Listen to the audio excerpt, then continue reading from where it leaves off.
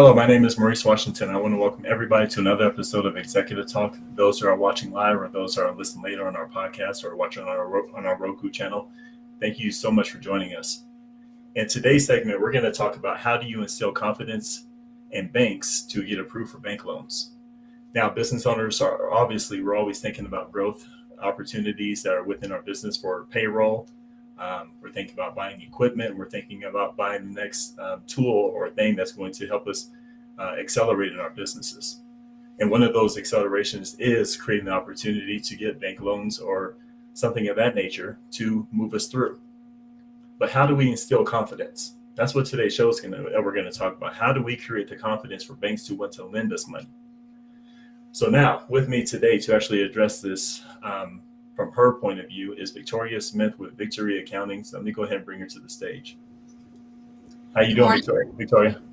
I'm good. How are you? I'm doing well. Nice to see you today. How's everything? Business been good?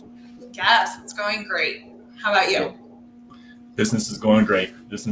So this topic, I know you've seen a lot of circumstances and you've seen a lot of scenarios, being that you're an accountant, to see business owners looking to apply for loans. Are you seeing this as an easy pathway nowadays, or are you seeing this as becoming harder and harder? Honestly, I think it's getting harder and harder. We saw a lot of fraud during the pandemic with PPP loans, and that has created some doubt in the banks wanting to lend money, especially with all the businesses that are struggling right now after COVID as a kind of backlash of everything. So I think that banks are having a harder time wanting to approve loans. So you have to have your stuff together in a more organized way in order to get the banks to even consider giving you a loan. That's it. I completely agree with that. And that leads me into this first topic here. I'm going to bring this up. So it says, according to, and I got this here off the internet, and according to the Biz to Credit Small Business Lending Index, small business loans had a 13.5% approval rate from big banks as of April 2023. Small banks and alternative lenders approved more small business loans with approval rates of 18.7% and 28.7% respectively. Now, when you look at that, it shows me that there's been a shift in gears as far as what used to be and what was now occurring. And it seems like these smaller banks are they're now becoming the lenders versus big banks, because as you alluded to, and I think that's where we need to stop and pause as business owners and look at pre-pandemic. We didn't have these issues, but because of all that fraud from post-COVID, I know nobody has to talk about it. We run smack dead into now there's a big trust issue. And so is that what you see based on that research? Yes, I think that there is a trust issue, and I also think that the bigger banks are a little less hesitant, whereas the smaller banks, usually you have somebody that you know at the bank who will work with you to help you get the loan better and help you get better organized and give you a better idea of what they're looking for or what they need from you in order to get the loan approved. Okay. All right. That's fair. And so speaking about that, as far as what they need from you, here's some banking requirements, and I feel like these are still very prevalent nowadays. We're looking at some of the bigger banks and even smaller banks, but the requirements for loans are credit scores of 660 and above. They look at cash flow, collateral, personal guarantee, age of business, and also in industry. So let's go ahead and break down a couple of these. So when you look at credit score, do you feel like this credit score is strong enough at a 660, or do you feel like it needs to be even stronger at this stage? I think as strong as you can get your credit score, the better off you're going to be. Banks are going to look at you not only on a business side, but also on a personal side to make sure that you are paying back your loans. You're not having cash flow issues in your own personal life that could carry through to the business. So making sure that your own personal credit score is staying up along with your business credit score is really important when a bank is looking at you, because it has a lot of your history involved with it. For sure. And so even speaking of history, age of business, from what I remember when I was working in the mortgage industry for a good period of time, they're looking at your track record as far as your business, being in the same industry for XYZ amount in order for them to look at you to approve a loan.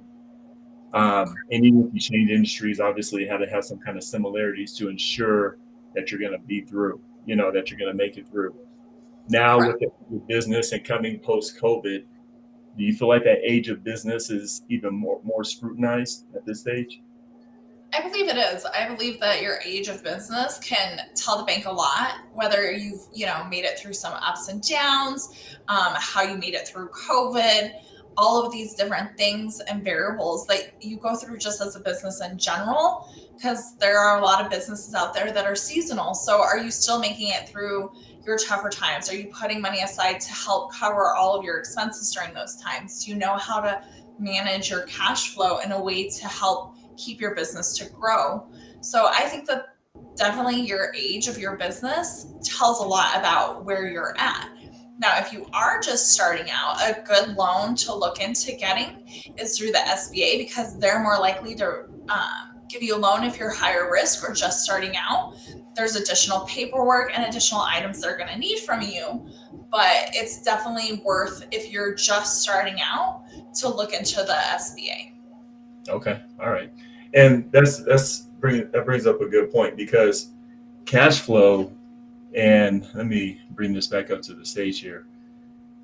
Um, when it comes to cash flow and collateral, some businesses don't have heavy collateral. Like for example, your landscaping companies, plumbers, and so on and so forth. They have a lot of collateral to potentially offer to help push that loan through and be more appealing to your banks. But it seems like if you're depending on what type of business in your industry that you're in, you're not going to have a lot of collateral. So it seems like a lot of these things would weigh a little bit more based on the lack thereof of what you have. Right. So it's definitely easier to get a loan on a piece of equipment, or if you're trying to secure like a building or a property or anything like that, anything that the bank, if you default, can fall back on and have something to get their money back out of the loan. They're always going to be a little bit easier for those to get approved. Whereas if you're just trying to get an insert of cash flow to help you grow, that's going to be a little bit harder to come by. Gotcha. All right. Well, let's go ahead and take here to the next slide. I want to bring this up because this one, and this is you and I, we can get a little creative with this. Right. So let's imagine this here, Victoria.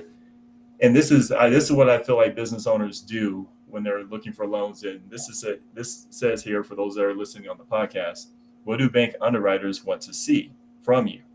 So now, I want to take this out. You can imagine that business owners typically go to the bank. They have a relationship with their banker, and they've probably been with that bank for 3, 4, maybe 5 years.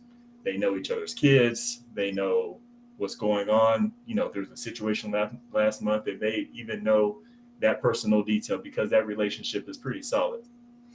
And so Right. what it seems to me is business owners come to that table thinking we've had a great established relationship. I've deposited money. They know my kids and they know I'm a good guy or a good gal. So there's no reason why. So let me go ahead and get a 20,000 line of credit. And they feel like that's the relationship that they're catering to. Right. What's wrong in that scenario? Am I looking at that or correctly? Yeah. So, yes, you may have a great relationship with your banker. You guys may know each other on a more personal level, but they're really not the person giving you the loan. The person giving you the loan is the underwriter. And so they have no relationship with you. And that's on purpose. The banks do that to make sure that they're looking at everybody fairly and more at the actual numbers than the person you are. The relationship with your banker can come into great aspects in that they can help walk you through, okay, we're missing this, we need that, or we need this. And I feel like what a lot of business owners do is they just go try and get a loan, and then they bring their accountant into it when they need additional information. If you know that you're going to go to a bank and try and get a loan, or you're trying to buy a piece of equipment and you're going to need a loan, come to your accountant first. let us know, hey, I'm looking to get this loan. I'm looking to do these different things. So we can help position you into the best possible ideal situation to help get you those loans and get the bank to approve it. Because once you start the loan process, you have a limited amount of time to get all of that information to the underwriter. And so then that puts stress not only on you and your personal relationship with the bank, but also your relationship with your accountant.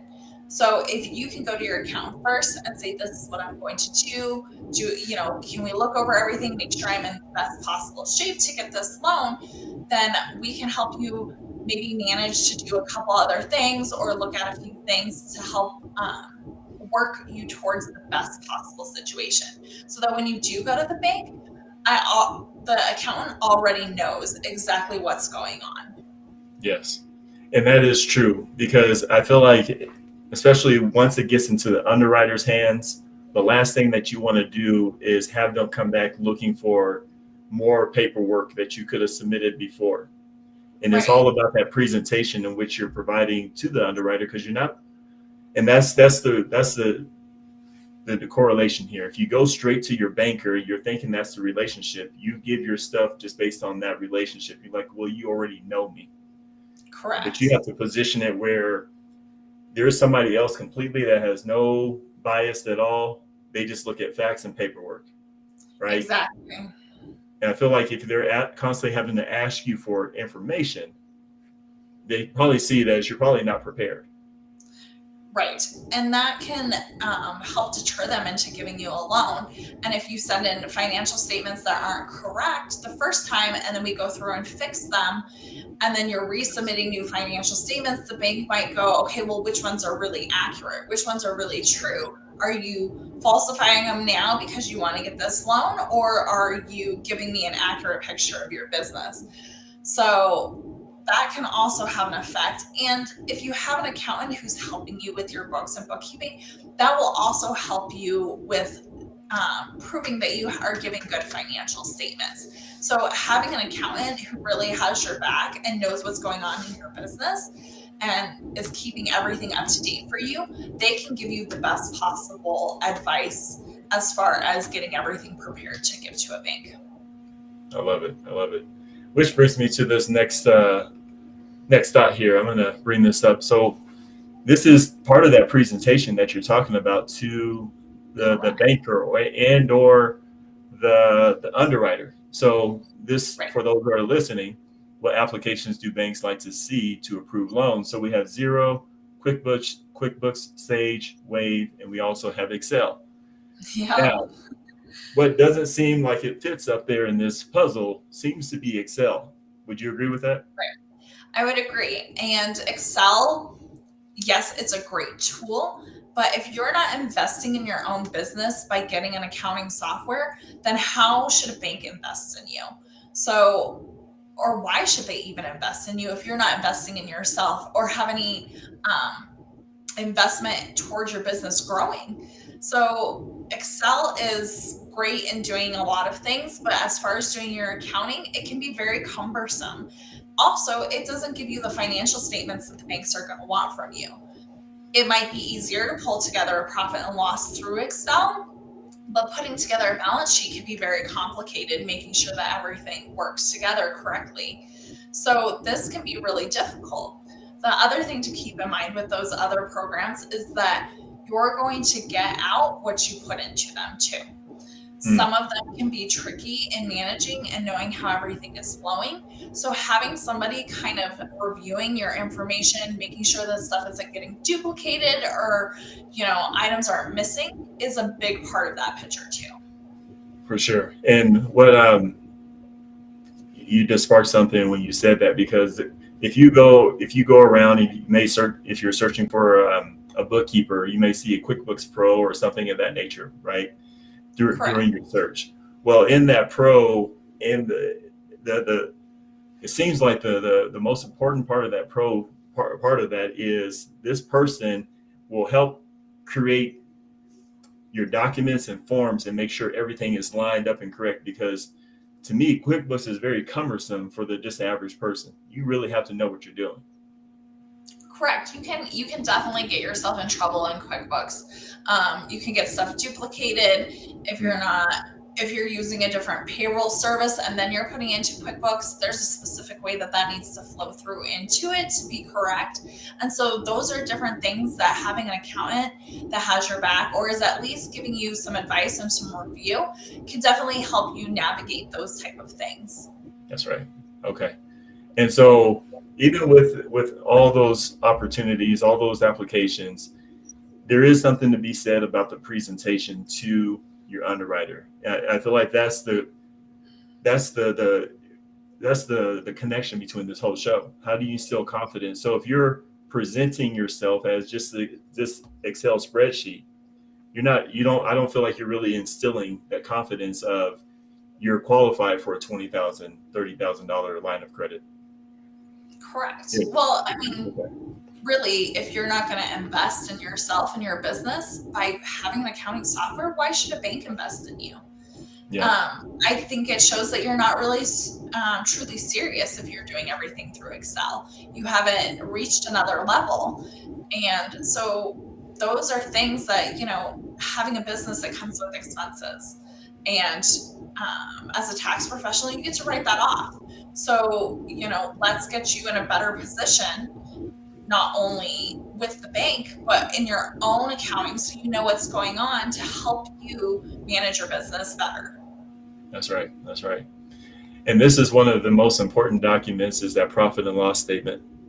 Correct. And I know this is where a lot of business owners tend to get themselves in trouble in the statement. Part of that presentation is, are you presenting too much information? Are you presenting the right information? So how strong is that profit and loss statement there, Victoria? Right. So I've seen a lot of profit and losses that look great, but there's also a lot of profit and losses where everybody wants to break everything down. If you're breaking everything down and you're creating yourself a 3-page profit and loss, not only are you making it harder for yourself to read what's really truly going on in your business, but you're also opening yourself up to when you go to the bank, they're going to see additional information. They might ask additional questions. Whereas if you were just giving them the basic information, they would be able to see, okay, this is that. But if you're giving them so much information that it's making it confusing, they might have additional questions or they might not read it correctly. And that might create problems for you as well. That's true. The other thing is important is your balance sheet. Yes, everybody likes to look at their profit and loss. It's easier to read. But your balance sheet tells the bank a lot as well. It shows what you've got in your bank accounts. It shows any other assets that you may have. It also shows other liabilities that you have, which are also important to a bank. They want to know what else you're paying. So not only is your profit and loss important, but also your balance sheet and making sure that that is correct. Okay. How big of a deal is this? It's typical that business owners obviously want to keep as much money throughout the year as possible. Let's be clear. Yes. However, when you get to the end of the year and you've done that over a couple of years where you've shown not a lot of profit, you kept the money, in the back end, but then on the front end, when you try to get that loan, what's the cause and effect of that? Yeah. So if you're always trying to keep your income low for your taxes so that when you do your tax return, you're not paying very much in taxes, that can hurt you on the backside when you're going to try and get a loan. And most people don't think about that until they're trying to go get a loan because they just want to pay as little in taxes as possible. And so a great way to help you manage not only paying yourself, but also showing a profit is to have an accountant who's looking through everything through the year. We could do tax planning throughout the year where, yes, you pay in as you go instead of having a giant payment at the very end and being surprised. So having an accountant who's looking over and helping you also tax plan can be a big part of that. And if we know ahead of time that you're planning on purchasing equipment and you're going to need a loan, then we can hopefully maybe put off doing some other expenses so that you can show a profit. That makes sense. So ultimately, within that time frame, just show it up front, because I think that's part of the reason why is that relationship with the banker. is you're like, you may come to the table and say, you already know what I have, so you know, go ahead and approve me. You're not looking at that the fact of how much you didn't claim in that in that year. Yeah. Okay. So you need to, yeah, they're going to be looking at the full picture. And so you need to be looking at the whole picture. Just because you may have $50,000 in a bank account or something, they care about that, but that's not the only thing that they're looking at. They're looking at you as a whole. Also, another thing that banks are usually going to want is your tax returns. So if you haven't filed your taxes in several years or you're behind, they're going to want those caught up before they do anything. That's right. And that can also get you into this kind of time frame because even though your taxes may be sent in, it takes a while for the IRS to put that on your transcripts. And the bank's going to be looking at your transcripts, not your. They're going to want a copy of your taxes, but they're also going to be going to the IRS website and looking at your transcripts. So that's another part where people get themselves in a lot of trouble is they think, oh, well, I'll just file them now and then it'll be ready by the time, I need the loan process. And that's not always the case. That's right. All right. So let's go ahead and take this next slide here and talk about business credit because I know this can enhance your picture as far as instilling confidence. And so in the statement here, it says establish business credit, just like personal credit, having a healthy business credit score will help you qualify for loans, get lower interest rates, and open accounts with vendors, among other things. Practicing good credit habits will allow your business to take advantage of new options and opportunities as you grow. And so we're in the marketplace right now here, Victoria, where interest rates are, people are very interest rate sensitive right now Correct. because, they're not as low as they used to be. And people would like to pay attention to that. And Right. earlier we were talking about your personal and being at 660. Could this, it seems like this can enhance your whole picture if you have all those together. Yes. So the one thing that I want to say about business credit is it can be really hard to establish. It can be even harder to establish than our personal credit scores. So making sure that you're finding if you are getting business credit cards, are they relaying that information through and reporting to the business credit bureaus? Okay. Are they actually carrying that through? Because if you're getting a business credit card, but they're not reporting any of that to the business bureau, then you're not really building that credit. You're doing all the things that you're supposed to be doing to build that credit, but if they're not reporting it, then that's not really helping you as far as that side is concerned. The other thing that can help build your business credit is getting a line of credit.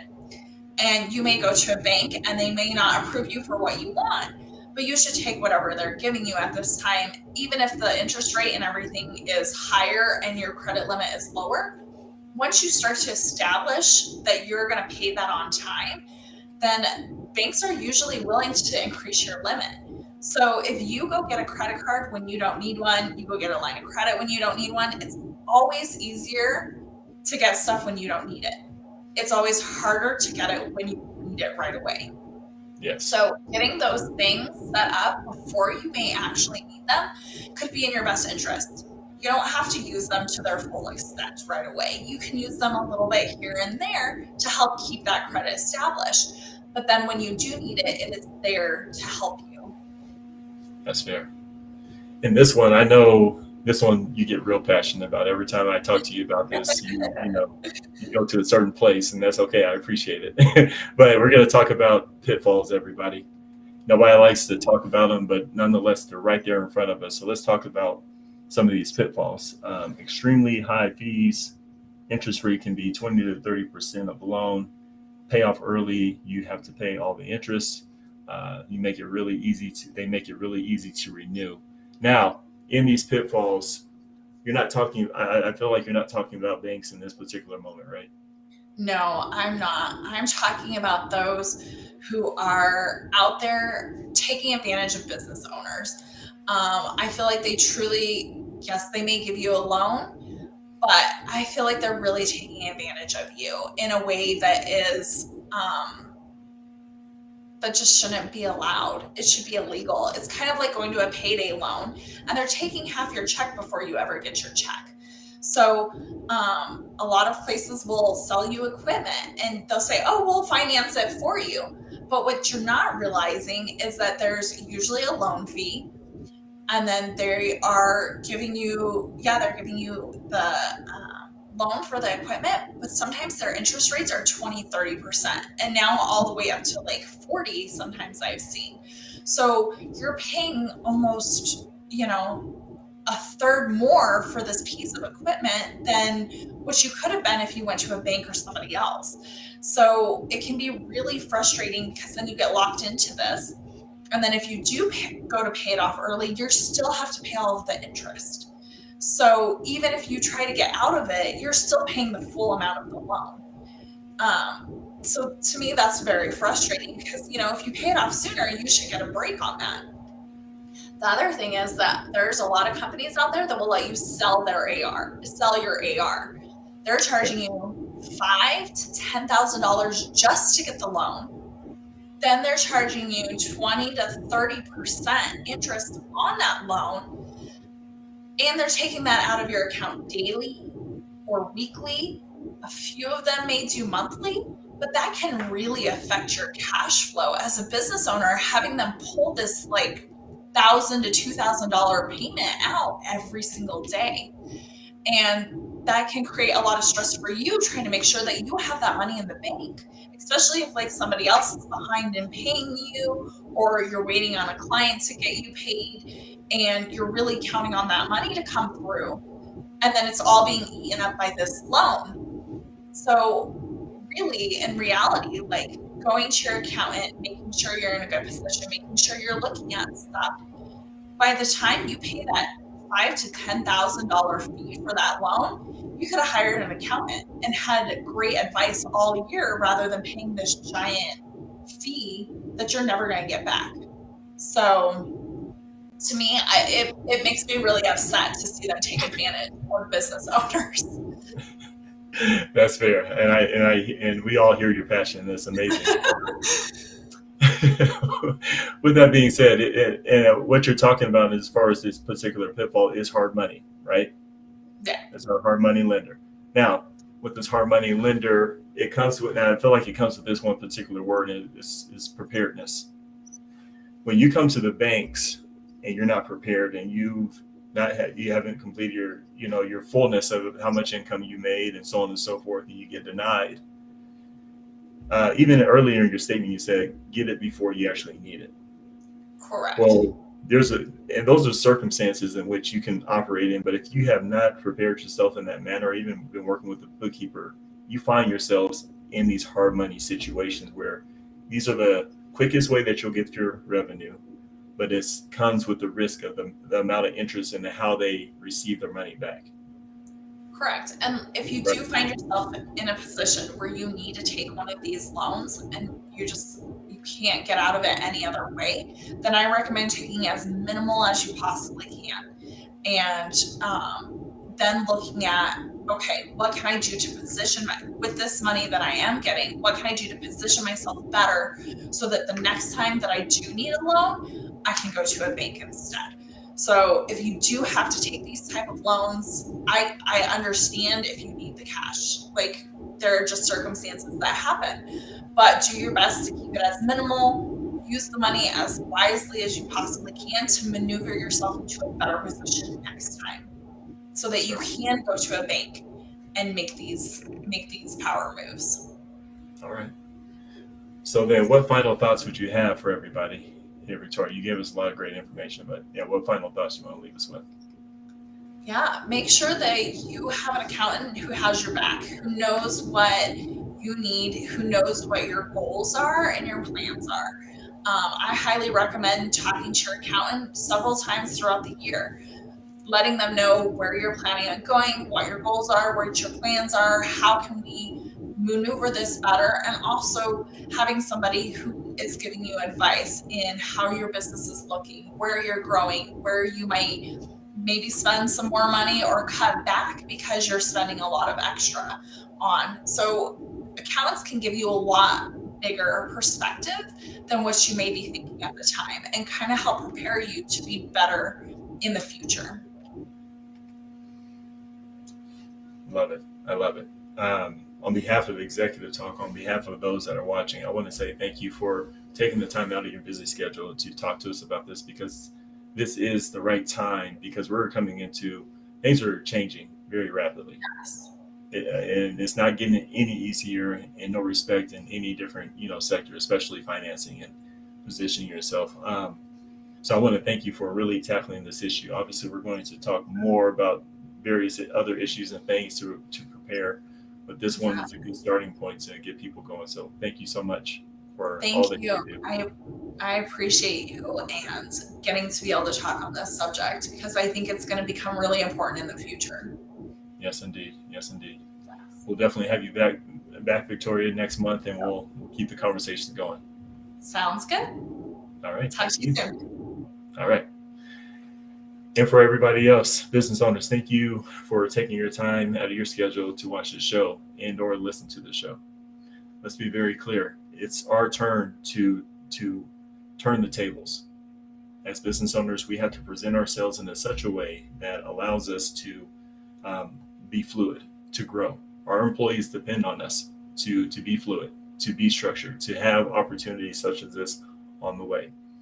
And that, and I get it. We're very much so in a do-it-yourself society. But in that do-it-yourself society, there's a lot of pitfalls with that. We miss out on a lot of different things that we are not aware of. We're not going to spend a lot of our time looking at the new tax laws and everything that's moving in the background. That's what people like Victoria are here for. That's what your bookkeepers are here. Most importantly, in this show, have that relationship with them constantly, frequently, to have answers and let them know of your moves, so that way they can help prepare you and put you in a good light. I want to again thank you guys for all watching today's segment. But Victoria and I, we actually have to get back to work. You guys have a great day.